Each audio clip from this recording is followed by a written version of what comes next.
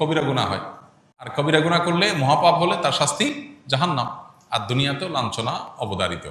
এই জন্য আল্লাহ তাআলা বলেছেন যে মা বাবা তাদেরকে কখনো ধমক দিয়ে কথা বলা যাবে না, হ্যাঁ, এবং তাদেরকে উফ বলা যাবে না। তাদের সামনে আব্দুল ইবনে আব্বাস রাদিয়াল্লাহু তাআলা বর্ণিত এক হাদিসে আছে, তিনি বলেছেন যে মা বাবার সামনে কাপড়ও ঝাড়া যাবে না, যে কাপড়ের ধুলাবালি এটা ঝাড়বে মা বাবার সামনে, এটাও বেয়াদবির শামিল, এটাও হুকুকুল ওয়ালিদাইন বা মা বাবার অবাধ্যতার শামিল। তাহলে কতটা নম্রতা তাদের সামনে দেখাতে হবে। আমরা আজকাল ছাত্ররা, অনেক ছাত্ররা শিক্ষকের সামনে যেরকম মর্যাদা দেখায়, যদিও সেটাও আজকাল হারিয়ে যাচ্ছে, মাদ্রাসার ছেলেদের মধ্যে এখনো আছে, ওস্তাদের সামনে যেরকম মর্যাদার সাথে বিনয়ের সাথে নিজেকে উপস্থাপন করে মা বাবার সামনে সেরকম থাকতে হবে। আমাদের হলো মা বাবা হলেন এমন মানুষ যে যার সাথে সবসময় 24 আওয়ার্সে যে কোনো সময় ঝাড়ি দিয়ে কথা বলা যায়।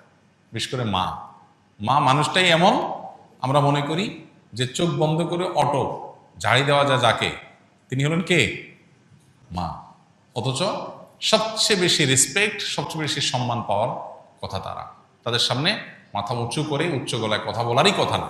কিন্তু আমরা নিয়মিত নামাজ কালাম পড়ে অনেক তালেব ইলমও আছে মা বাবার সামনে এরকম আচরণ করেন, ওস্তাদের সামনে বিনয়ী, মা বাবার সামনে দুরাচরণ করছে।